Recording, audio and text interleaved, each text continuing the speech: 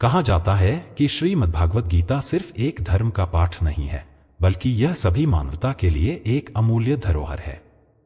यह जीवन के हर पहलू को समझने और सही दिशा में आगे बढ़ने की मार्गदर्शिका है। अगर हम भागवत गीता को सही तरीके से समझ लें तो न केवल हम अपनी जीवन शैली को बेहतर बना सकते हैं, बल्कि हम जीवन में वास्तविक सुख, शांति और सफलता भी प्राप्त कर सकते हैं। श्रीमद्भागवत गीता के कुल 18 अध्याय और 700 श्लोक हैं, जो प्रत्येक व्यक्ति के लिए जीवन के महत्वपूर्ण सीखों को उजागर करते हैं। हालांकि इन सभी श्लोकों को पढ़ पाना और समझना हर किसी के लिए आसान नहीं होता, लेकिन घबराइए मत। आज हम इस वीडियो में भागवत गीता के 32 सबसे प्रभावशाली विचारों के बारे में बात करेंगे, जिन्हें जानकर आप गीता के सच्चे अर्थ को समझ पाएंगे। ये विचार न केवल आपके दृष्टिकोण को बदल सकते हैं, बल्कि आपके जीवन में सकारात्मक बदलाव लाने में भी मददगार साबित हो सकते हैं। इसलिए इन विचारों को हर सुबह और रात को सोने से पहले ध्यानपूर्वक सुनिए और अपने जीवन में बदलाव महसूस कीजिए।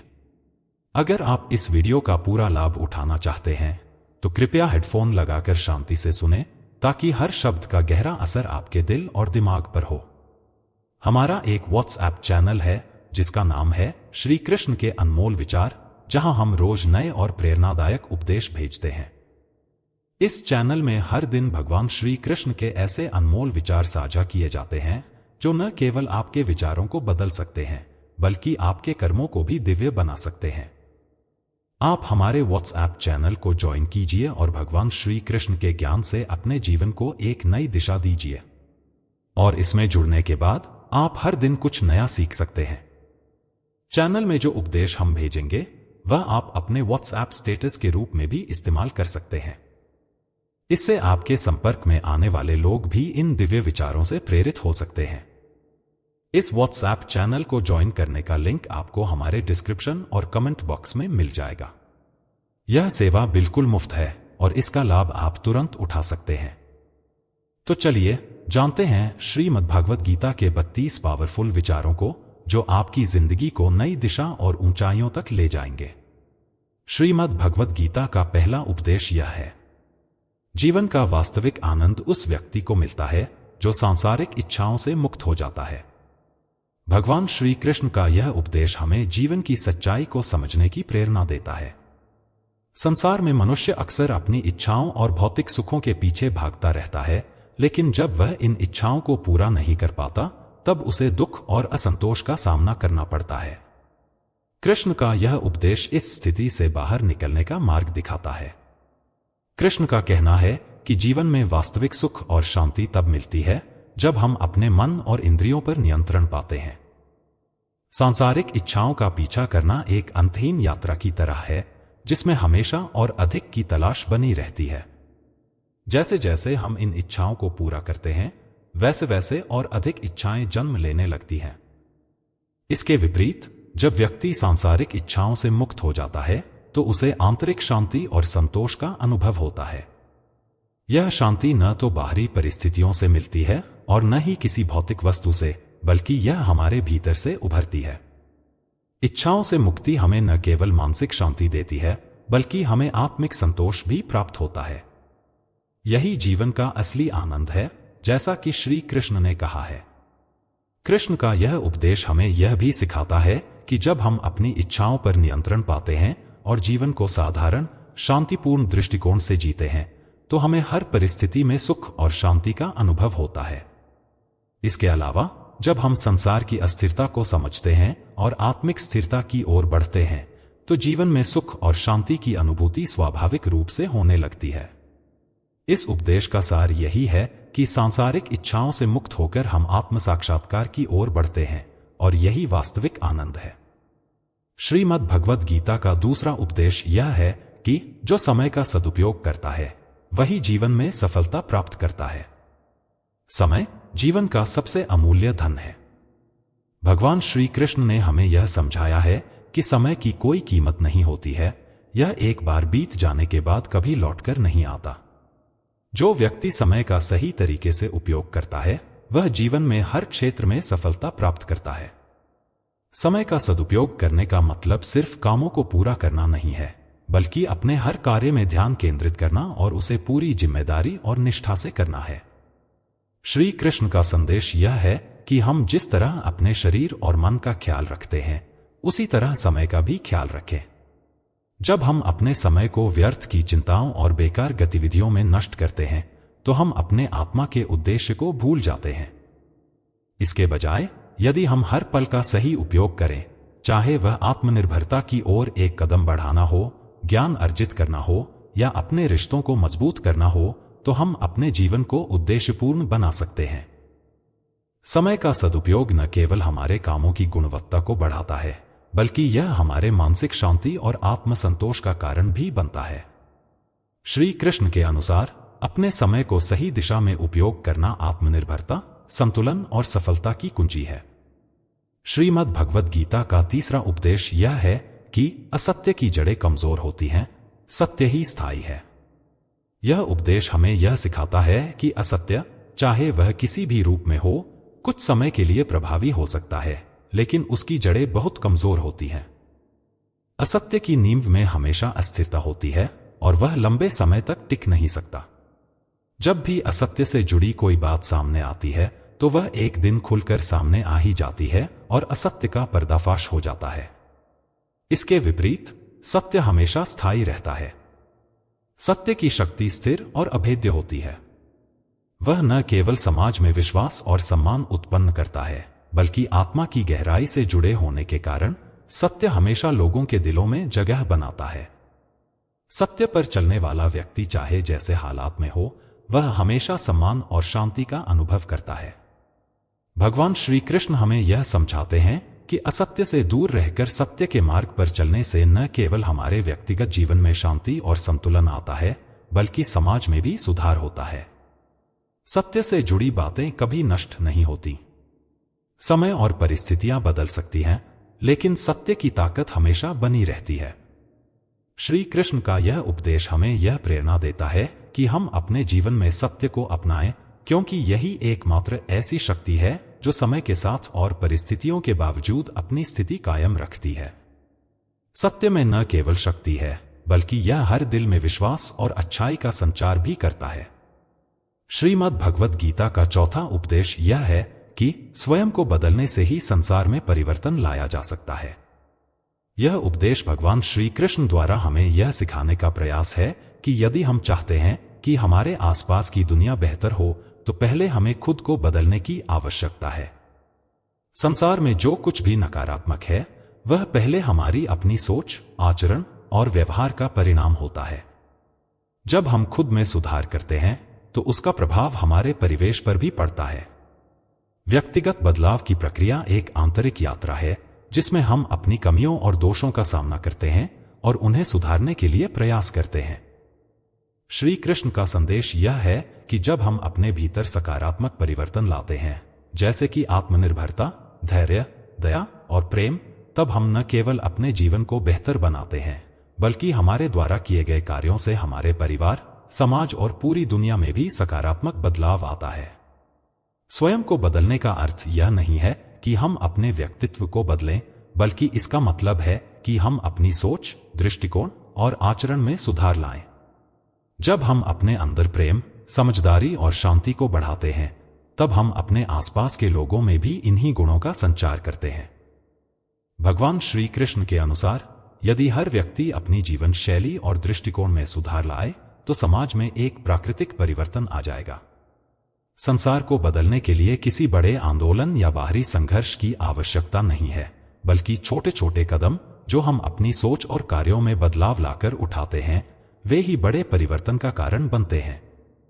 इस उपदेश का सार यह है कि बाहरी दुनिया में परिवर्तन लाने के लिए सबसे पहले हमें अपनी आंतरिक दुनिया में परिवर्तन करना होगा। श्रीमद् भगवद गीता का 5वां उपदेश यह है कि सच्चा ज्ञान वही है जो हमें अपने और परमात्मा के संबंध का बोध कराए।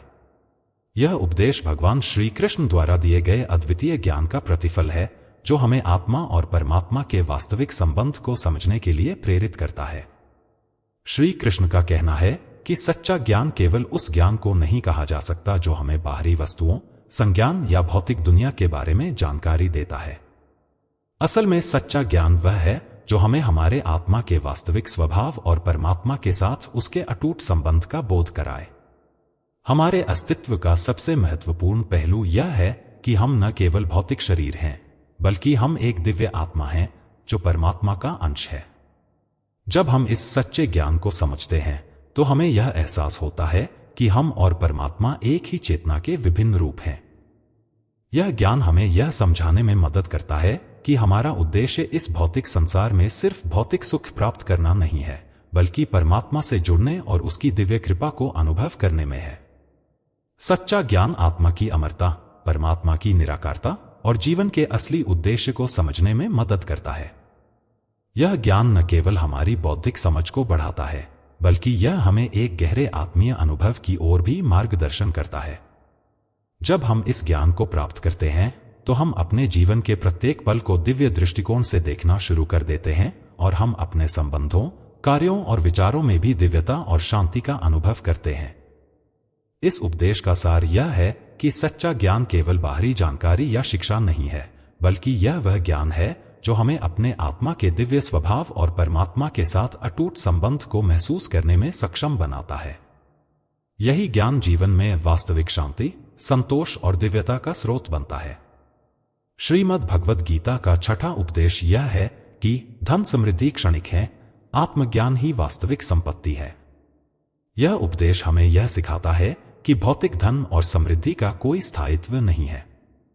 यह समय और परिस्थितियों के अनुसार बदलते रहते हैं। कोई भी भौतिक संपत्ति, चाहे वह धन, वस्त्र या अन्य भौतिक वस्तुएं हों, वे समय के साथ समाप्त हो सकती हैं या खो सकती हैं। इस संसार में कोई भी भौतिक वस्तु स्थिर नहीं रहती और इसका होना और न होना हमारे जीवन पर बहुत अधिक प्रभाव नहीं डालता, क्योंकि यह केवल क्षणिक सुख प्रदान करती है। इसके विपरीत आत्मज्ञान, आध्यात्मिक ज्ञान स्थायी है और यह हमारी वास्तविक संपत्ति है। आत्मज्ञान वह अमूल्य धरोहर है जो न केवल हमें संसार के भ्रम से मुक्ति दिलाता है, बल्कि हमारे जीवन का उद्देश्य, हमारा सत्य और परमात्मा से हमारा संबंध भी स्पष्ट करता है। आत्मज्ञान हमें यह समझने में मदद करता है कि हम केवल भौतिक शरीर नहीं हैं, बल्कि हम एक दिव्य आत्मा हैं जो परमात्मा से जुड़ी हुई है। जब हम आत्मज्ञान को प्राप्त करते हैं तो हम अपने भीतर की वास्तविक शांति और संतुलन को महसूस करते हैं, जो न तो किसी बाहरी परिस्थिति से प्रभावित होता है और न ही भौतिक संपत्ति के घटने या बढ़ने से। आत्मज्ञान हमारी सच्ची संपत्ति है, क्योंकि यह हमें आत्म साक्षात्कार, शांति और दिव्यता की ओर मार्गदर्शन करता है। श्री कृष्ण का यह उपदेश हमें यह याद दिलाता है कि जीवन की वास्तविक समृद्धि भौतिक धन में नहीं, बल्कि आत्मज्ञान में है। जब हम अपनी आत्मा को पहचानते हैं और परमात्मा के साथ अपने संबंध को महसूस करते हैं, तो हम सच्चे रूप में संपन्न होते हैं। श्रीमद् भगवद गीता का 7वां उपदेश यह है कि सच्ची पूजा वह है जो प्रेम, भक्ति और सेवा की भावना से की जाए। यह उपदेश हमें यह सिखाता है कि पूजा केवल मंदिर में जाकर शारीरिक रूप से अर्चना करने या मंत्रों का जाप करने तक सीमित नहीं है। असल में सच्ची पूजा वह है जो प्रेम, भक्ति और सेवा की भावना से की जाती है। श्री कृष्ण ने हमें यह समझाया कि जब हमारा हृदय शुद्ध होता है और हम पूरी निष्ठा, श्रद्धा और समर्पण से परमात्मा के प्रति अपनी भावनाओं को व्यक्त करते हैं, तो यही असली पूजा है। प्रेम और भक्ति का मतलब है कि हम परमात्मा से केवल अपने व्यक्तिगत लाभ के लिए नहीं, बल्कि उनके प्रति अपने सच्चे प्रेम और श्रद्धा से जुड़ते हैं। जब हम यह प्रेम और भक्ति दिल से परमात्मा के प्रति व्यक्त करते हैं, तो यह हमारी आत्मा को शुद्ध करता है और हमें आंतरिक शांति प्रदान करता है। सेवा की भावना यानी दूसरों की मदद करना, उनका भला करना और बिना किसी स्वार्थ के उनकी देखभाल करना भी सच्ची पूजा का हिस्सा है। जब हम दूसरों की सेवा करते हैं तो हम परमात्मा की सेवा कर रहे होते हैं, क्योंकि भगवान हर जीव में उपस्थित हैं। इसलिए सच्ची पूजा केवल एक मंदिर में नहीं होती, बल्कि यह हर कार्य में, हर विचार में और हर क्रिया में हो सकती है जब हम उसे प्रेम, भक्ति और सेवा के साथ करते हैं। इस उपदेश का सार यह है कि पूजा केवल बाहरी कार्यों तक सीमित नहीं होनी चाहिए। वास्तविक पूजा वह है जो हमारे हृदय से निकलती है, जिसमें प्रेम, भक्ति और दूसरों के प्रति सेवा की भावना हो। जब हम यह भावना अपनी दैनिक जीवन में हर कार्य में रखते हैं, तो यही सच्ची पूजा है जो हमें परमात्मा के समीप ले जाती है और जीवन को वास्तविक रूप से दिव्य बना देती है। श्रीमद् भगवद गीता का 8वां उपदेश यह है कि जो मनुष्य अपने दोषों को स्वीकार कर लेता है वही सुधार की ओर अग्रसर होता है। यह उपदेश हमें आत्मस्वीकृति और सुधार की महत्वपूर्णता को समझाता है। भगवान श्री कृष्ण ने यह स्पष्ट किया है कि जब हम अपने दोषों और कमियों को स्वीकार करते हैं तो हम वास्तव में अपने जीवन को सुधारने की दिशा में पहला कदम बढ़ाते हैं। यह आत्मचिंतन और आत्मजागरूकता की प्रक्रिया है जिसमें हम अपनी गलतियों और कमजोरियों को बिना किसी डर या लज्जा के पहचानते हैं। अपने दोषों को स्वीकार करना आसान नहीं होता क्योंकि यह हमारे अहंकार और आत्मसम्मान से जुड़ा होता है। हम अक्सर अपनी गलतियों को छिपाने या दूसरों पर आरोपित करने की प्रवृत्ति रखते हैं। लेकिन जब हम अपने दोषों को स्वीकार करते हैं तो हम अपने अंदर की वास्तविकता को पहचानते हैं। यह एक प्रकार की आत्मस्वीकृति है जो न केवल हमारे आत्मसंवाद को शुद्ध करती है बल्कि हमें सुधार की दिशा में प्रेरित करती है। जब हम अपने दोषों को स्वीकार करते हैं तो हम स्वयं से ईमानदारी से जुड़े होते हैं। यह हमें यह समझने में मदद करता है कि हमारी गलतियां हमारे सुधार की प्रक्रिया का हिस्सा हैं। दोषों को स्वीकार कर हम उन्हें सुधारने की दिशा में कदम बढ़ाते हैं। श्री कृष्ण का संदेश यह है कि दोषों को नकारने या छिपाने से हमें कोई लाभ नहीं होता, बल्कि जब हम उन्हें स्वीकारते हैं तो हम सच्चे सुधार की ओर अग्रसर होते हैं। इस उपदेश का सार यह है कि आत्म सुधार की यात्रा तब ही संभव है जब हम अपनी कमियों और दोषों को पहचानते और स्वीकार करते हैं। यह हमें न केवल मानसिक शांति और संतुलन देता है बल्कि हमें अपने जीवन में असली परिवर्तन और विकास की दिशा भी दिखाता है। श्रीमद् भगवद गीता का 9वां उपदेश यह है कि विवेक और धैर्य से लिए गए निर्णय हमेशा सही दिशा में ले जाते हैं। यह उपदेश हमें यह सिखाता है कि जीवन में हर निर्णय को सोच समझकर विवेक और धैर्य के साथ लेना चाहिए। भगवान श्री कृष्ण का कहना है कि जब हम जल्दबाजी में या बिना सोचे समझे कोई निर्णय लेते हैं तो वह अक्सर गलत दिशा में ले जाता है। इसके विपरीत जब हम विवेक, समझदारी और धैर्य, धीरज के साथ निर्णय लेते हैं तो वह हमें सही रास्ते पर ले जाते हैं और हमें जीवन के उद्देश्यों में सफलता मिलती है। विवेक का मतलब है कि हमें अपने निर्णयों को तर्क, समझ और ज्ञान के आधार पर लेना चाहिए। जब हम किसी समस्या का सामना करते हैं तो हमें अपनी बुद्धि का इस्तेमाल करते हुए सही समाधान चुनना चाहिए, न कि अपने भावनाओं या जल्दबाजी में कोई निर्णय लेना चाहिए। विवेक से लिया गया निर्णय हमेशा स्थिर और संतुलित होता है, जो किसी भी परिस्थितियों में हमें सही मार्ग पर रखता है। धैर्य का मतलब है कि हमें किसी भी कठिन स्थिति में जल्दी प्रतिक्रिया देने की बजाय थोड़ा रुककर सोचने का समय देना चाहिए। धैर्य हमें मानसिक शांति और संतुलन प्रदान करता है, जिससे हम सही निर्णय लेने के लिए जरूरी मानसिक स्पष्टता प्राप्त कर सकते हैं। जब हम धैर्यपूर्वक किसी निर्णय को लेकर विचार करते हैं तो वह निर्णय न केवल वर्तमान स्थिति में बल्कि भविष्य में भी हमें लाभकारी साबित होता है। श्री कृष्ण का यह उपदेश हमें यह सिखाता है कि जीवन में सही दिशा में आगे बढ़ने के लिए विवेक और धैर्य दोनों की आवश्यकता होती है। जब हम इन दोनों गुणों को अपने निर्णयों में शामिल करते हैं तो हम न केवल समस्याओं को बेहतर तरीके से हल करते हैं बल्कि हम अपने जीवन को एक सशक्त दिशा में भी ले जाते हैं। इस उपदेश का सार यह है कि किसी भी निर्णय को विवेक और धैर्य से लेने से न केवल हमें सही मार्गदर्शन मिलता है बल्कि हम जीवन के हर मोड़ पर आत्मविश्वास और संतुलन बनाए रखते हैं। श्रीमद् भगवद गीता का 10वां उपदेश यह है कि स्वार्थ की सीमाओं से बाहर निकलकर ही हम सच्ची स्वतंत्रता प्राप्त कर सकते हैं।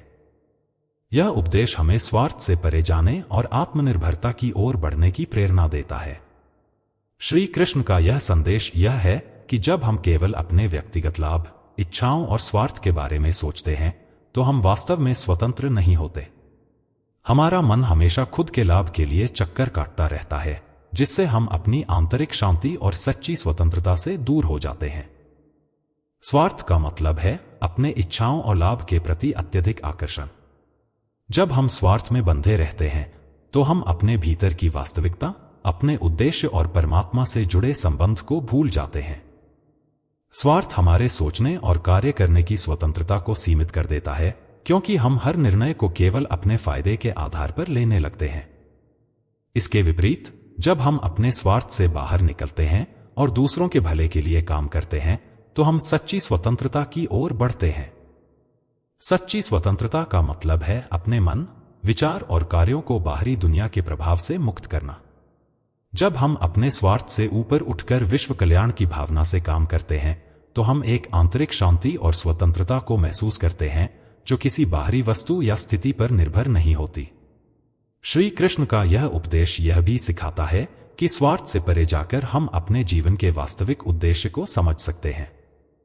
जब हम अपनी इच्छाओं और स्वार्थों को नियंत्रित करते हैं और परमात्मा की सेवा, प्रेम और भक्ति की ओर बढ़ते हैं तो हम सच्ची स्वतंत्रता का अनुभव करते हैं जो मानसिक और आत्मिक शांति का कारण बनती है। इस उपदेश का सार यह है कि स्वार्थ की सीमाओं से बाहर निकलकर हम न केवल अपने जीवन को अधिक शांत और संतुलित बना सकते हैं बल्कि हम आत्मिक स्वतंत्रता को भी प्राप्त कर सकते हैं जो हमारे भीतर एक अडिग शांति और संतोष का स्रोत बनती है। श्रीमद् भगवद गीता का 11वां उपदेश यह है कि मनुष्य को किसी भी कार्य में जल्दबाजी नहीं करनी चाहिए। संयम से किए गए कार्य सफल होते हैं। यह उपदेश हमें यह सिखाता है कि जीवन में किसी भी कार्य को जल्दबाजी से नहीं करना चाहिए। जब हम जल्दी जल्दी कोई कार्य करते हैं तो हम उसे ठीक से और ध्यानपूर्वक नहीं कर पाते। श्री कृष्ण का यह संदेश हमें यह समझाता है कि सफलता और शांति के लिए संयम और धैर्य की आवश्यकता है। जब हम किसी कार्य को बिना पर्याप्त विचार और योजना के करते हैं तो वह कार्य अधूरा या गलत तरीके से हो सकता है। जल्दबाजी में निर्णय लेने से हम बिना सोचे समझे कदम उठाते हैं जो बाद में पछतावे का कारण बन सकते हैं। संयम का अर्थ है कि हमें किसी भी काम में पहले सही समय और तरीके का मूल्यांकन करना चाहिए, फिर शांति से उसे करना चाहिए। संयम से किए गए कार्य न केवल अधिक सटीक होते हैं बल्कि वे अधिक स्थिरता और सफलता की दिशा में भी हमें मार्गदर्शन करते हैं। श्री कृष्ण ने यह भी बताया कि जीवन में हमें किसी भी कार्य के प्रति पूर्ण समर्पण और धैर्य के साथ कदम उठाने चाहिए। जब हम संयम से काम करते हैं तो हम अपने कार्य को गहरे ध्यान से करते हैं जिससे हमारा आत्मविश्वास और कार्यक्षमता दोनों बढ़ती हैं। इस उपदेश का सार यह है कि संयम से किए गए कार्य अधिक प्रभावी होते हैं और लंबे समय में अधिक फलदायक होते हैं। जल्दबाजी से करने के बजाय हमें हर कार्य में समय, समर्पण और धैर्य से काम लेना चाहिए ताकि वह कार्य सफल हो और हमें संतोष और आंतरिक शांति मिले। श्रीमद् भगवद गीता का 12वां उपदेश यह है कि हर परिस्थिति में संतुलित रहना ही योग है। यह उपदेश हमें जीवन में हर स्थिति और परिस्थिति में मानसिक शांति और संतुलन बनाए रखने की महत्ता को समझाता है। श्री कृष्ण का कहना है कि योग केवल शारीरिक आसन या ध्यान तक सीमित नहीं है बल्कि यह हमारे मानसिक और भावनात्मक संतुलन से भी जुड़ा हुआ है। योग का असली मतलब है हर स्थिति में अपने मन और विचारों को शांत, स्थिर और संतुलित रखना। जीवन में हम अक्सर सुख और दुख, सफलता और विफलता, तनाव और शांति जैसी विपरीत परिस्थितियों का सामना करते हैं। जब हम किसी कठिनाई में होते हैं तो हमारा मन उलझन में पड़ जाता है और हम परेशान हो जाते हैं। लेकिन योग का वास्तविक अभ्यास यह है कि हमें इन सभी बदलती परिस्थितियों में संतुलित रहना चाहिए। जब हम सुख में होते हैं तो हम उस सुख के प्रति अत्यधिक आसक्त नहीं होते और जब हम दुख में होते हैं तो हम उसे अपने ऊपर हावी होने नहीं देते। संतुलन का मतलब है कि हम न तो अत्यधिक खुशी में लहराते हैं न ही दुख में डूबते हैं।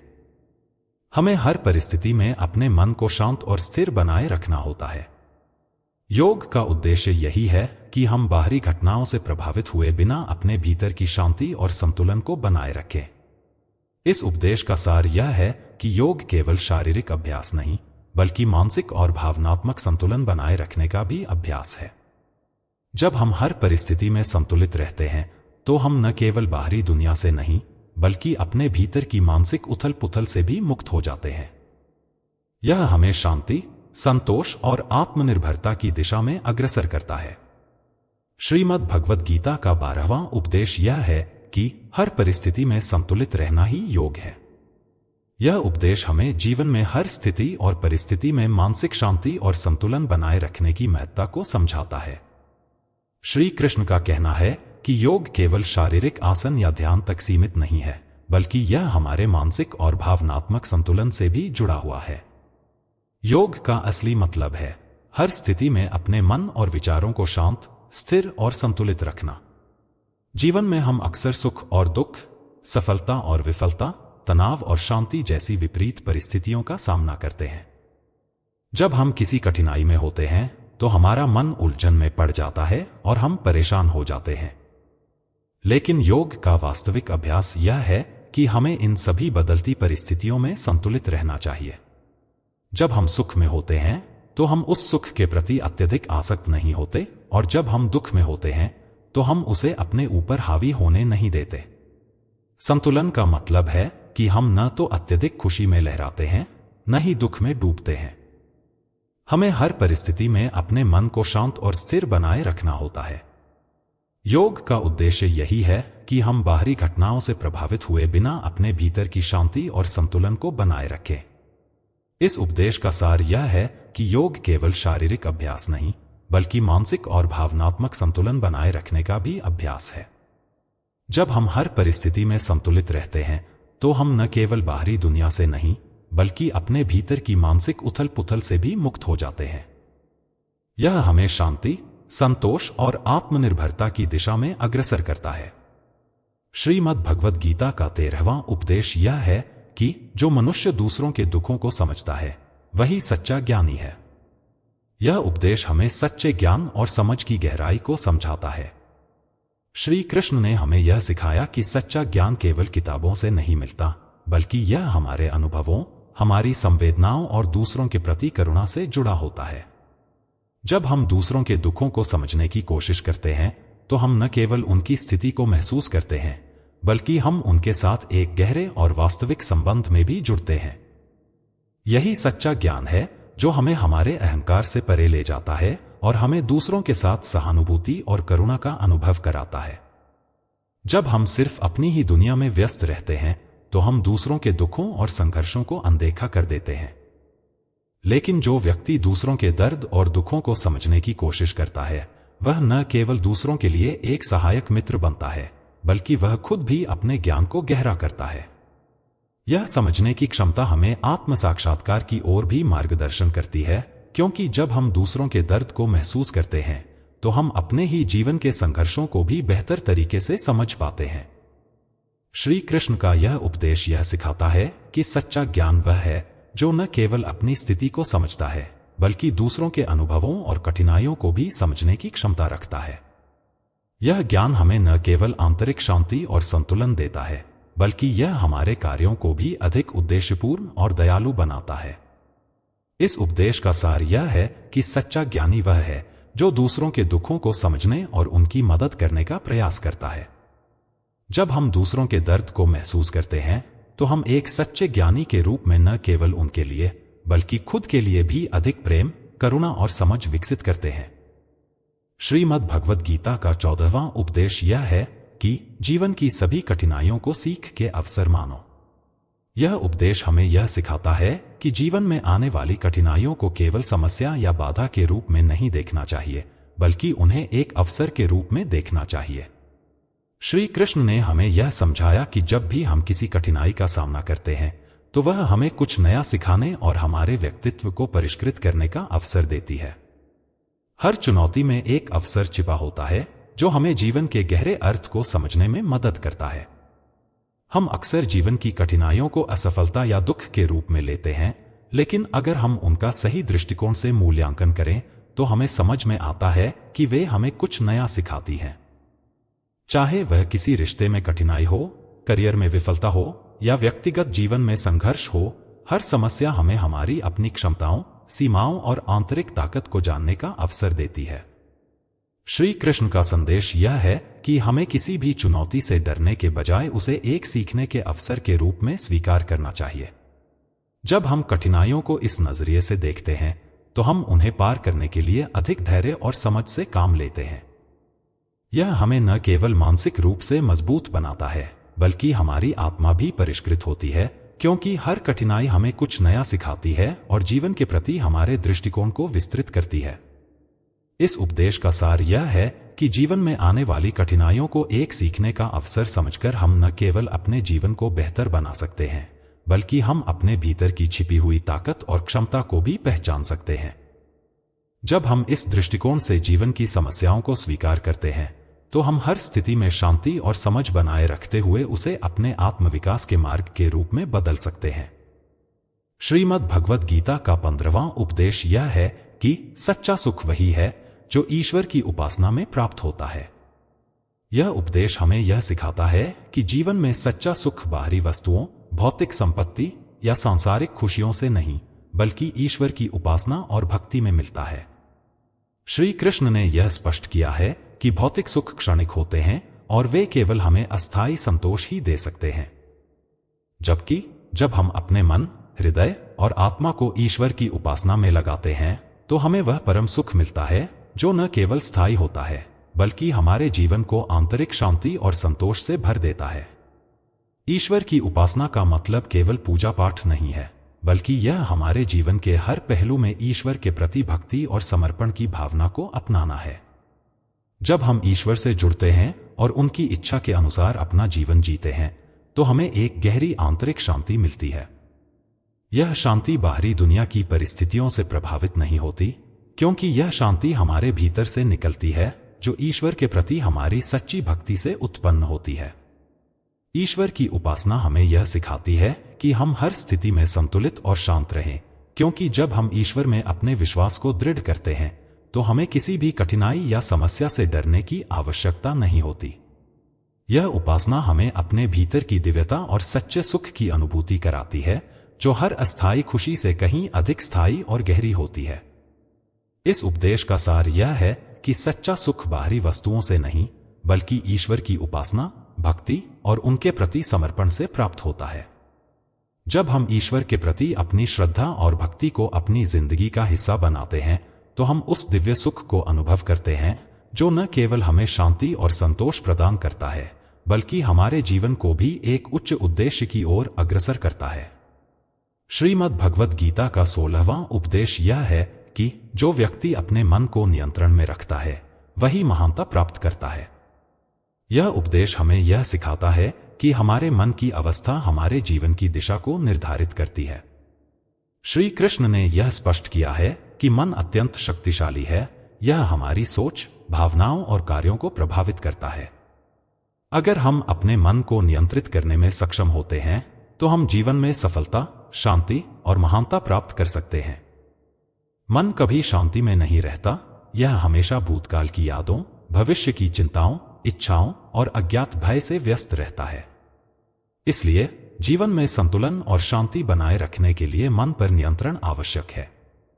जब हम अपने मन को नियंत्रण में रखते हैं तो हम अपनी भावनाओं, विचारों और प्रतिक्रियाओं को बेहतर तरीके से समझ सकते हैं। हम अपनी इच्छाओं और बाहरी परिस्थितियों से प्रभावित हुए बिना अपने उद्देश्य की ओर अग्रसर हो सकते हैं। मन के नियंत्रण से हम अपनी ऊर्जा को सकारात्मक दिशा में उपयोग कर सकते हैं। यह हमें आत्मनिर्भर बनाता है, जिससे हम अपने कार्यों को और अधिक कुशलता से कर पाते हैं। जब हम अपने मन को नियंत्रित करते हैं तो हम न केवल अपनी आंतरिक शक्ति को जागृत करते हैं, बल्कि हम अपने बाहरी जीवन में भी सुधार ला सकते हैं। यह उपदेश यह भी बताता है कि मन का नियंत्रण हमें मानसिक शांति और आंतरिक संतुलन प्रदान करता है।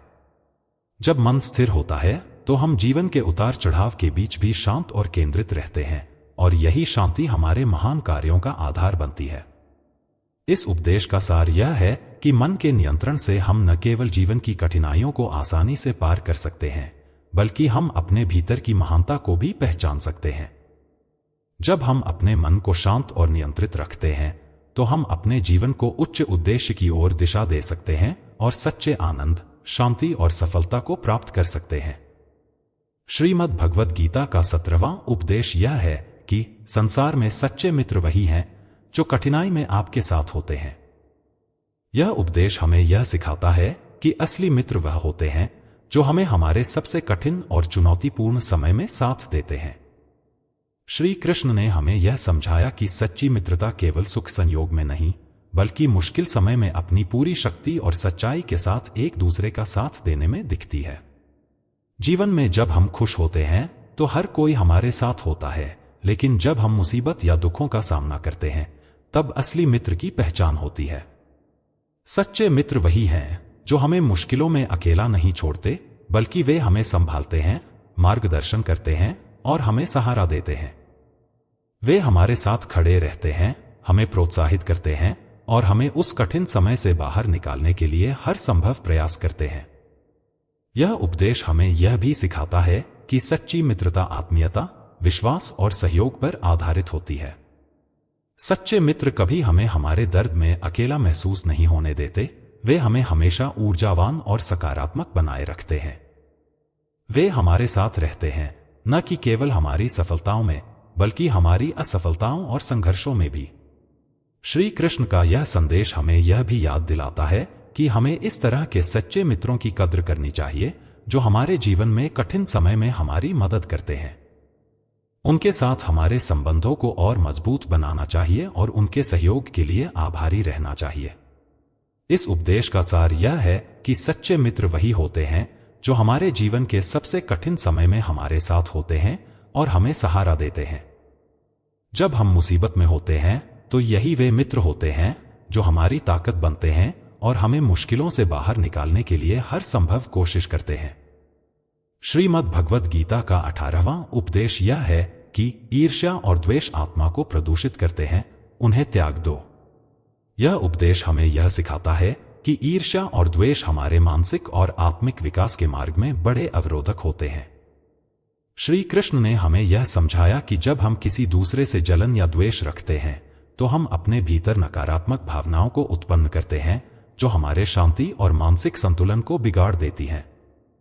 ईर्ष्या दूसरों की सफलता या संपत्ति से असंतोष और उसे पाने की लालसा है। जब हम किसी दूसरे के पास जो कुछ है उसे प्राप्त करने की इच्छा करते हैं तो हम अपनी आंतरिक शांति और संतोष को खो देते हैं। इसी तरह द्वेष एक नकारात्मक भावना है जो हमें दूसरों के प्रति नफरत और क्रोध में डुबो देती है।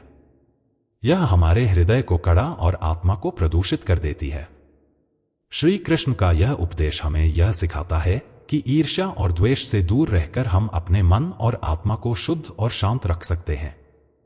इन नकारात्मक भावनाओं को त्यागने से हम अपने भीतर प्रेम, करुणा और दया की भावनाओं को स्थान दे सकते हैं। जब हम इन द्वारों को बंद कर देते हैं तो हमारी आत्मा शुद्ध होती है और हम जीवन को एक सकारात्मक और उन्नत दृष्टिकोण से देख पाते हैं। यह उपदेश हमें यह भी याद दिलाता है कि आत्मा का वास्तविक शुद्धिकरण इन नकारात्मक भावनाओं को त्यागने से ही संभव है। जब हम ईर्ष्या और द्वेष को छोड़ देते हैं तो हम अपने जीवन को प्रेम, शांति और समझ के साथ जीने की दिशा में आगे बढ़ते हैं। इस उपदेश का सार यह है कि ईर्ष्या और द्वेष हमें मानसिक और आत्मिक शांति से दूर ले जाते हैं। जब हम इन नकारात्मक भावनाओं को त्यागते हैं तो हम अपनी आत्मा को शुद्ध करते हैं और जीवन में सच्ची शांति और संतोष प्राप्त करते हैं। श्रीमद् भगवद गीता का 19वां उपदेश यह है कि धैर्य और दृढ़ संकल्प से बड़ी बाधाओं को पार किया जा सकता है। यह उपदेश हमें यह सिखाता है कि जीवन में आने वाली कठिनाइयां और चुनौतियां अस्थायी होती हैं और यदि हमारे पास धैर्य और दृढ़ संकल्प हो तो हम किसी भी मुश्किल को पार कर सकते हैं। श्री कृष्ण का कहना है कि जब हम किसी कठिनाई का सामना करते हैं तो यह हमारे धैर्य और हमारी मानसिक ताकत का परीक्षा होती है। कठिनाइयों के दौरान हमारे भीतर की क्षमता और हमारी इच्छा शक्ति ही हमें लक्ष्य तक पहुंचने में मदद करती है। धैर्य का मतलब है किसी भी कठिन परिस्थिति में शांत रहना, न घबराना और न जल्दीबाजी में कोई निर्णय लेना। जब हम धैर्य से काम लेते हैं तो हम स्थिति को समझ पाते हैं और सही समय पर सही कदम उठा सकते हैं। दूसरी ओर दृढ़ संकल्प का मतलब है अपने उद्देश्य को प्राप्त करने के लिए पूरे मनोबल और समर्पण के साथ प्रयास करना, भले ही रास्ते में कितनी भी मुश्किलें क्यों न आए। यह उपदेश यह भी बताता है कि जब हम किसी लक्ष्य के प्रति दृढ़ निश्चय रखते हैं तो हमारे मन में आत्मविश्वास पैदा होता है और हम किसी भी चुनौती को अपनी ताकत के रूप में देखते हैं, न कि रुकावट के रूप में।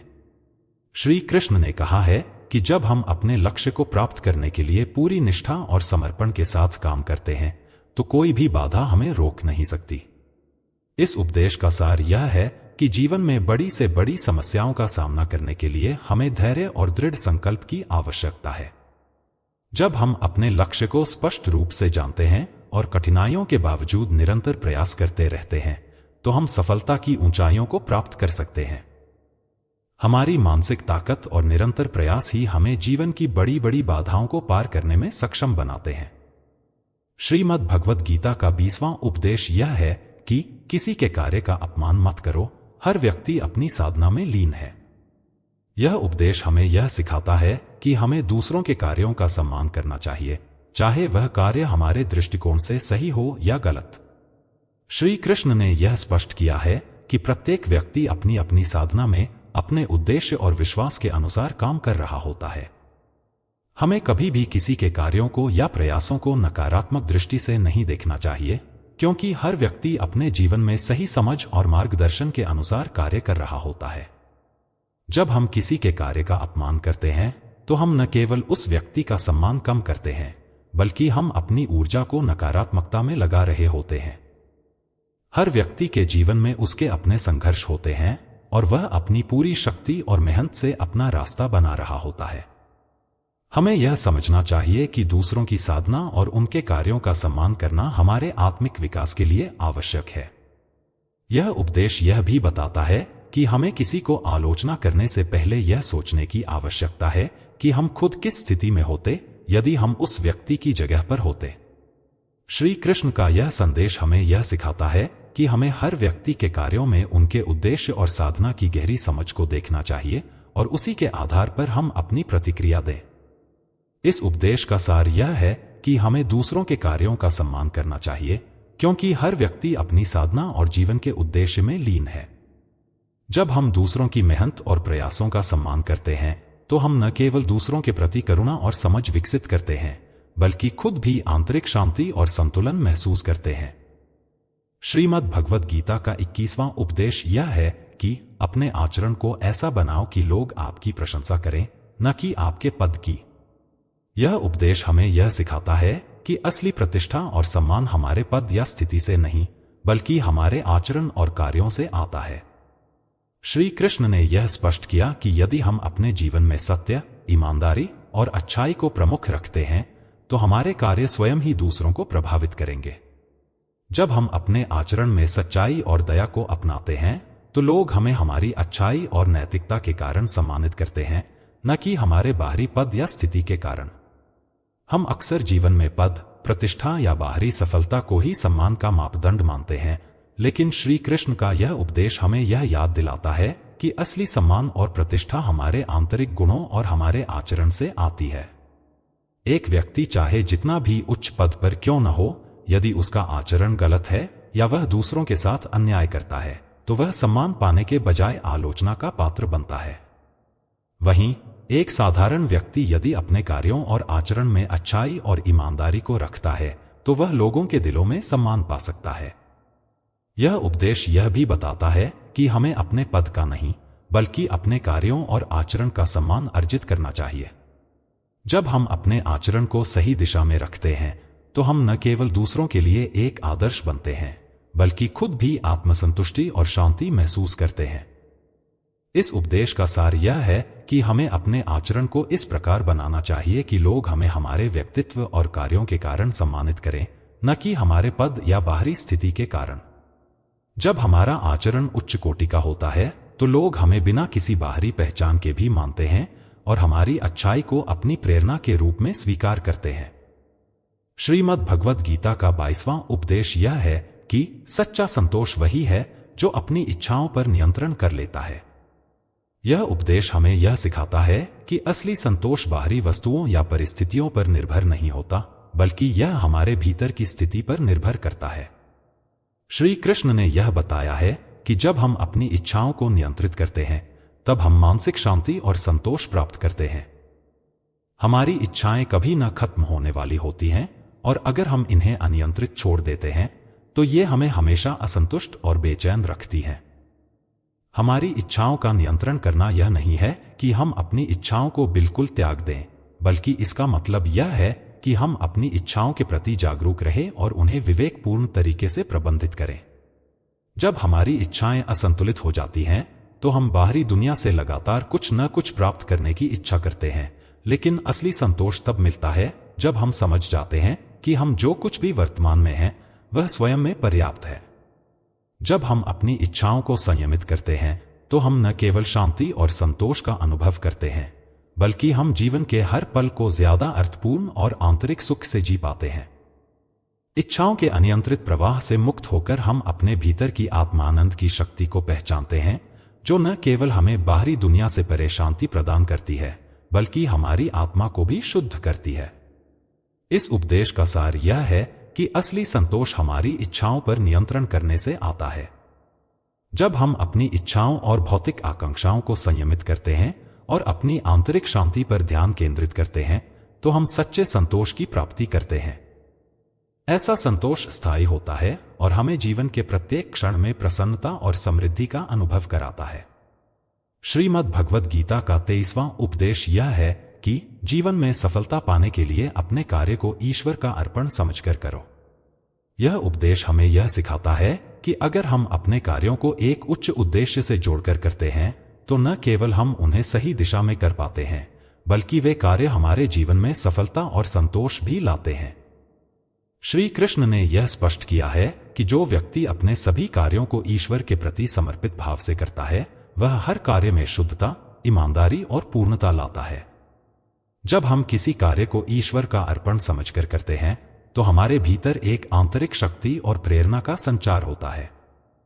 हम अपने कार्यों में न केवल उत्कृष्टता की ओर बढ़ते हैं, बल्कि हम यह समझते हैं कि यह कार्य हमारे व्यक्तिगत स्वार्थ से परे है और यह समाज, मानवता और ईश्वर की सेवा का एक हिस्सा है।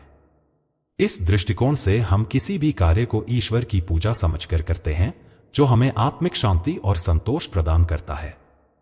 इसके अतिरिक्त जब हम अपने कार्यों में निस्वार्थ भाव से लगे रहते हैं और परिणामों को ईश्वर के हाथों में सौंप देते हैं, तो हम किसी भी प्रकार की चिंता, भय और तनाव से मुक्त रहते हैं।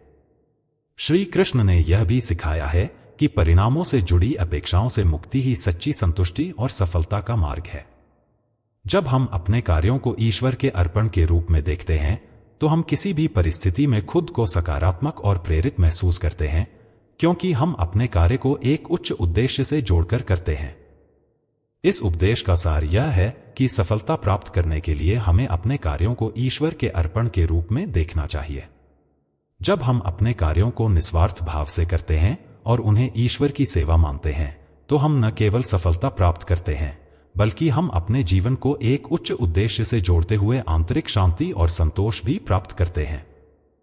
श्रीमद् भगवद गीता का 24वां उपदेश यह है कि मन की एकाग्रता ही महान कार्यों की कुंजी है। यह उपदेश हमें यह सिखाता है कि जब हमारा मन एकाग्र और समर्पित होता है, तो हम किसी भी कार्य में उत्कृष्टता हासिल कर सकते हैं। श्री कृष्ण ने यह स्पष्ट किया कि हमारे भीतर अपार शक्ति और क्षमता है, लेकिन यदि हमारा मन बिखरा हुआ है या विक्षिप्त है, तो हम अपने लक्ष्य तक पहुंचने में असमर्थ रहते हैं। इसलिए मन की एकाग्रता ही सफलता की कुंजी है। मन की एकाग्रता का अर्थ है अपने ध्यान को पूरी तरह से किसी एक कार्य पर केंद्रित करना और किसी भी बाहरी विकर्षण से बचना। जब हम अपने मन को पूरी तरह से अपने लक्ष्य पर समर्पित करते हैं, तो हम उसे पूरी तन्मयता और समर्पण के साथ करते हैं। इस स्थिति में हम न केवल अपने कार्य में दक्षता और गुणवत्ता लाते हैं, बल्कि हम मानसिक शांति और संतुलन भी बनाए रखते हैं। यह उपदेश यह भी बताता है कि एकाग्रता केवल एक मानसिक अवस्था नहीं है, बल्कि यह हमारे आचरण और कार्यों में भी दिखाई देती है। जब हमारा मन एकाग्र होता है, तो हम हर कार्य को पूरी लगन और निष्ठा से करते हैं। हम समय और ऊर्जा को सही दिशा में लगाते हैं, जिससे हमारे कार्य न केवल सफल होते हैं, बल्कि हम आत्मसंतुष्टि और मानसिक शांति भी प्राप्त करते हैं। श्री कृष्ण ने यह भी कहा है कि मन की एकाग्रता से ही योग की प्राप्ति होती है। जब हमारा मन पूरी तरह से शांत और केंद्रित होता है, तो हम जीवन के किसी भी क्षेत्र में सफलता प्राप्त कर सकते हैं। यह हमें न केवल व्यक्तिगत जीवन में, बल्कि समाज और मानवता के लिए भी महान कार्य करने की क्षमता प्रदान करता है। इस उपदेश का सार यह है कि अगर हमें जीवन में महान कार्यों को अंजाम देना है, तो हमें अपने मन को पूरी तरह से एकाग्रित करना होगा। जब हम अपने ध्यान और ऊर्जा को एक जगह पर केंद्रित करते हैं, तो हम न केवल अपने कार्यों में सफलता प्राप्त करते हैं, बल्कि अपने जीवन में भी मानसिक शांति और संतुलन पा सकते हैं। श्रीमद् भगवद गीता का 25वां उपदेश यह है कि हर मनुष्य को अपनी आत्मा के प्रति सच्चा रहना चाहिए, यही सच्ची भक्ति है। यह उपदेश हमें यह सिखाता है कि असली भक्ति बाहरी पूजा पाठ या रीति रिवाजों में नहीं, बल्कि अपनी आत्मा के प्रति सच्चाई और ईमानदारी में होती है। श्री कृष्ण ने यह स्पष्ट किया है कि जब हम अपने भीतर की सत्यता और आत्मा के मार्ग पर चलने के लिए प्रतिबद्ध रहते हैं, तब हम सच्चे भक्त होते हैं। यह उपदेश हमें यह समझाने का प्रयास करता है कि भक्ति का सबसे बड़ा रूप आत्मा की खोज और उसकी सच्चाई से जुड़ा हुआ है। हम अक्सर भक्ति को बाहरी कर्मकांडों या धार्मिक अनुष्ठानों के रूप में मानते हैं, लेकिन श्री कृष्ण का यह संदेश हमें यह याद दिलाता है कि असली भक्ति तब होती है जब हम अपने आप से सच्चे होते हैं। आत्मा के प्रति सच्चे होने का मतलब है अपने भीतर के सत्य को पहचानना, अपनी अच्छाइयों और कमजोरियों को स्वीकार करना और अपनी जीवन की यात्रा को सच्चे उद्देश्य और आंतरिक शांति के साथ जीना। जब हम अपनी आत्मा के प्रति सच्चे रहते हैं, तो हम किसी भी तरह के छल या दिखावे से दूर रहते हैं। हम अपनी अच्छाइयों को भी पहचानते हैं और अपनी कमियों पर काम करने का प्रयास करते हैं। यह सच्ची भक्ति का मार्ग है, क्योंकि इस मार्ग पर चलने से हम न केवल अपने आत्मिक विकास की दिशा में आगे बढ़ते हैं, बल्कि हम ईश्वर के साथ अपने संबंध को भी गहरा करते हैं। इस उपदेश का सार यह है कि सच्ची भक्ति आत्मा के प्रति सच्चे होने में है। जब हम अपने भीतर की सत्यता को पहचानते हैं और उसी के अनुसार अपने जीवन को जीते हैं, तो हम सच्चे भक्त बन जाते हैं। यह आत्मा से जुड़ी भक्ति हमें न केवल बाहरी पूजा पाठ से, बल्कि अपने आंतरिक अनुभवों और सत्य से जोड़ती है। जब हम अपने आंतरिक सत्य के साथ ईश्वर के प्रति निष्ठा और भक्ति रखते हैं, तो हम सच्चे मार्ग पर चलते हैं और जीवन में वास्तविक शांति और संतुष्टि प्राप्त करते हैं। श्रीमद् भगवद गीता का 26वां उपदेश यह है कि समर्पण की भावना से किया गया कार्य ही सबसे श्रेष्ठ होता है। यह उपदेश हमें यह सिखाता है कि किसी भी कार्य में सफलता और उच्चता तब प्राप्त होती है जब हम उसे निस्वार्थ भाव से, पूरी श्रद्धा और समर्पण के साथ करते हैं। श्री कृष्ण ने यह स्पष्ट किया है कि जब हम अपने सभी कार्यों को ईश्वर के प्रति समर्पित भाव से करते हैं, तो न केवल कार्य में उत्कृष्टता आती है, बल्कि हम आंतरिक शांति और संतोष भी प्राप्त करते हैं। समर्पण की भावना से किए गए कार्यों में कोई स्वार्थ या अपेक्षाएं नहीं होती। हम उस कार्य को अपने व्यक्तिगत लाभ से परे होकर समाज या परमात्मा की सेवा के रूप में करते हैं। जब हम किसी कार्य को समर्पण भाव से करते हैं, तो हम उस कार्य के प्रति पूरी तन्मयता, ईमानदारी और जिम्मेदारी से जुड़ते हैं, जिससे वह कार्य खुद ब खुद श्रेष्ठ बन जाता है। यह उपदेश यह भी बताता है कि समर्पण का मतलब केवल आत्मसमर्पण नहीं है, बल्कि यह अपने कर्मों को बिना किसी अपेक्षा या अहंकार के ईश्वर को अर्पित करना है। जब हम ऐसा करते हैं, तो हम अपने आत्मबल को जागृत करते हैं और जीवन के प्रति एक शुद्ध दृष्टिकोण अपनाते हैं। समर्पण से किए गए कार्य में ना तो कोई अहंकार होता है और न ही कोई हानि का भय। यह कार्य ईश्वर की इच्छा के अनुरूप होता है और इसलिए उसमें नैतिकता, अच्छाई और शुद्धता का समावेश होता है। इस उपदेश का सार यह है कि जब हम अपने कार्यों को समर्पण के साथ करते हैं, तो वह कार्य न केवल श्रेष्ठ होता है, बल्कि हम स्वयं भी एक उच्चस्तरीय मानसिक और आत्मिक शांति प्राप्त करते हैं। समर्पण की भावना से किया गया कार्य हमें न केवल बाहरी सफलता देता है, बल्कि आंतरिक संतोष और परमात्मा के साथ एक गहरे संबंध को भी जन्म देता है। श्रीमद् भगवद गीता का 27वां उपदेश यह है कि जो मनुष्य अपने शत्रु को माफ कर देता है, वह सबसे बड़ा विजेता होता है। यह उपदेश हमें यह सिखाता है कि सच्ची विजय केवल शारीरिक या बाहरी संघर्ष में नहीं, बल्कि हमारे भीतर के मानसिक संघर्षों और शत्रुता को समाप्त करने में होती है। श्री कृष्ण ने यह स्पष्ट किया है कि जब हम अपने शत्रु को माफ कर देते हैं, तो हम न केवल उसे, बल्कि खुद को भी मुक्त करते हैं। माफी एक उच्चतम प्रकार की शक्ति है, क्योंकि यह हमें क्रोध, द्वेष और नफरत जैसे नकारात्मक भावनाओं से मुक्त करती है और हमें शांति और मानसिक संतुलन प्रदान करती है। जब हम किसी शत्रु को माफ करते हैं, तो हम खुद को उस शत्रुता से बांधने वाली भावनाओं से मुक्त कर लेते हैं। माफी का मतलब यह नहीं है कि हम उस व्यक्ति के गलत कार्य को सही मान लें, बल्कि इसका मतलब है कि हम अपने दिल में उस व्यक्ति के प्रति द्वेष और क्रोध को छोड़ देते हैं। इससे हम न केवल अपने मानसिक स्वास्थ्य को बेहतर बनाते हैं, बल्कि हम अपने जीवन में शांति और सुख भी अनुभव करते हैं। माफी एक आंतरिक विजय है, क्योंकि यह हमें हमारे सबसे बड़े शत्रु अर्थात हमारे स्वयं के नकारात्मक भावनाओं पर जीत दिलाती है। जब हम किसी को माफ करते हैं तो हम यह स्वीकार करते हैं कि हम स्वयं अपनी मानसिक स्थिति और भावनाओं के मालिक हैं और हम किसी भी बाहरी परिस्थिति या व्यक्ति के कारण अपनी शांति को खोने नहीं देंगे। इस उपदेश का सार यह है कि सच्ची विजय उस व्यक्ति को मिलती है जो अपने शत्रु को माफ करता है। माफी से हम अपने जीवन में न केवल मानसिक शांति लाते हैं बल्कि हम अपनी आत्मा को भी शुद्ध करते हैं। शत्रुता और द्वेष को छोड़कर हम आत्मसंयम और शांति की ओर बढ़ते हैं और यही असली विजय है। श्रीमद् भगवद गीता का 28वां उपदेश यह है कि सच्ची स्वतंत्रता वही है जो मन और आत्मा की शांति से प्राप्त होती है।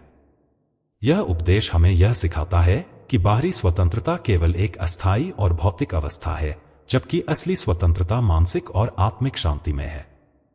श्री कृष्ण ने यह स्पष्ट किया है कि जब हमारा मन अशांत और बेचैन होता है तो हम भले ही शारीरिक रूप से स्वतंत्र हों, लेकिन हमारी आंतरिक स्थिति कभी भी शांति नहीं पाती। सच्ची स्वतंत्रता तब प्राप्त होती है जब हम अपने भीतर की चिंताओं, दुखों और तनावों से मुक्त हो जाते हैं और आत्मा की गहरी शांति को महसूस करते हैं।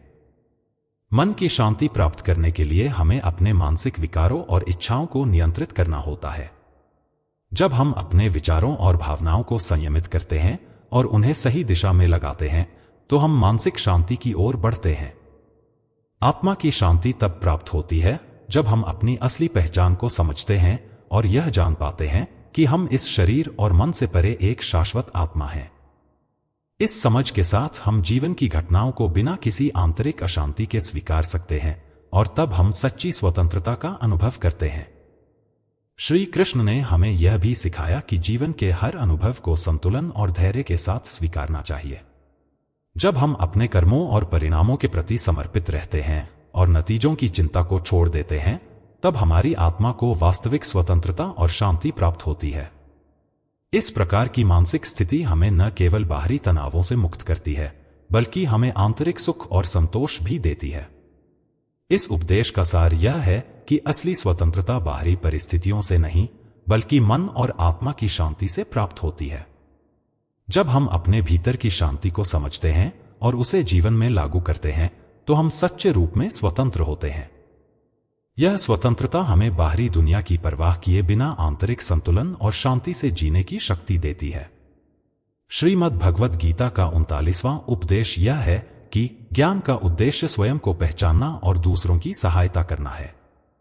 यह उपदेश हमें यह सिखाता है कि असली ज्ञान केवल पुस्तकें पढ़ने या विद्वता हासिल करने में नहीं है, बल्कि यह हमारे आत्मज्ञान और समाज के प्रति हमारी जिम्मेदारी में निहित है। श्री कृष्ण ने यह स्पष्ट किया है कि ज्ञान का उद्देश्य तब पूरा होता है जब हम अपने भीतर की असली पहचान को जान पाते हैं और इसी ज्ञान से हम दूसरों की मदद करने के योग्य बनते हैं। स्वयं को पहचानने का मतलब है कि हम अपनी आत्मा के सत्य को समझें जो शरीर और मन से परे है। जब हम अपनी असली पहचान को जानते हैं तो हम जीवन को एक गहरे दृष्टिकोण से देख पाते हैं। हम समझते हैं कि हम शाश्वत आत्मा हैं और हमारा उद्देश्य केवल व्यक्तिगत भलाई नहीं, बल्कि दूसरों की भलाई भी है। ज्ञान का उद्देश्य केवल आत्मविकास नहीं होता, बल्कि यह समाज के प्रति हमारी जिम्मेदारी भी होती है। जब हम स्वयं को समझते हैं तो हम दूसरों के दुखों, समस्याओं और संघर्षों को भी समझने में सक्षम होते हैं। ऐसे में हम न केवल अपने जीवन में शांति और संतुलन लाते हैं, बल्कि दूसरों की सहायता करने के लिए भी प्रेरित होते हैं। श्री कृष्ण ने यह भी बताया है कि जब हम अपने ज्ञान का उपयोग दूसरों की मदद करने में करते हैं तो हम न केवल अपने आत्मा के उद्देश्य को पूरा करते हैं, बल्कि समाज की भलाई के लिए भी योगदान देते हैं। असली ज्ञान वह है जो हमें आत्मनिर्भरता के साथ साथ दूसरों की सेवा करने की प्रेरणा देता है। इस उपदेश का सार यह है कि ज्ञान का सबसे बड़ा उद्देश्य है स्वयं को पहचानना और दूसरों की मदद करना। जब हम अपने भीतर की असली पहचान को समझते हैं तो हम अपनी स्थिति और दूसरों की जरूरतों को बेहतर ढंग से समझ पाते हैं और तब हम अपने ज्ञान का उपयोग समाज और मानवता के कल्याण के लिए करते हैं। यही सच्चा ज्ञान है। श्रीमद् भगवद गीता का 30वां उपदेश यह है कि हर कार्य का एक निश्चित समय होता है, धैर्य के साथ प्रतीक्षा करो। यह उपदेश हमें यह सिखाता है कि जीवन में हर कार्य के लिए सही समय होता है और हमें उस समय का सम्मान करना चाहिए। श्री कृष्ण ने यह स्पष्ट किया है कि हम चाहे जितनी भी मेहनत कर लें, कुछ चीजें समय के बिना नहीं हो सकती। धैर्य रखना और सही समय का इंतजार करना ही वास्तविक समझदारी है। धैर्य का अर्थ यह नहीं है कि हम हाथ पर हाथ धरे बैठ जाएं, बल्कि इसका मतलब है कि हम अपने प्रयासों को सही दिशा में जारी रखें और साथ ही समय आने पर उसके परिणाम की प्रतीक्षा करें। जीवन के कई पहलुओं में, जैसे करियर, रिश्ते और व्यक्तिगत विकास, समय के साथ बदलाव आते हैं। कभी कभी हम जल्दी परिणाम की अपेक्षा करते हैं, लेकिन वास्तविकता यह है कि कुछ चीजें हमें समय और परिस्थितियों के अनुसार प्राप्त होती हैं। धैर्य रखने का एक और महत्वपूर्ण पहलू यह है कि जब हम समय की प्रतीक्षा करते हैं तो हम मानसिक शांति और संतुलन बनाए रखते हैं। हमारी चिंता और उत्तेजना हमें कभी भी सही दिशा में नहीं ले जाती। इसके विपरीत, जब हम धैर्य के साथ किसी कार्य में लगे रहते हैं तो हम अपने प्रयासों में अधिक गुणवत्ता और ध्यान लगा सकते हैं। श्री कृष्ण ने इस उपदेश के माध्यम से यह भी कहा कि जीवन में अगर हम सही समय का सम्मान करते हैं और धैर्य रखते हैं तो हम किसी भी कार्य में सफलता प्राप्त कर सकते हैं। यह हमारी आंतरिक समझ और शांति को बनाए रखता है और हमें जीवन की अनिवार्य गति को समझने में मदद करता है। इस उपदेश का सार यह है कि जीवन में हर कार्य के लिए एक निश्चित समय होता है और हमें धैर्य और समर्पण के साथ उस समय का इंतजार करना चाहिए।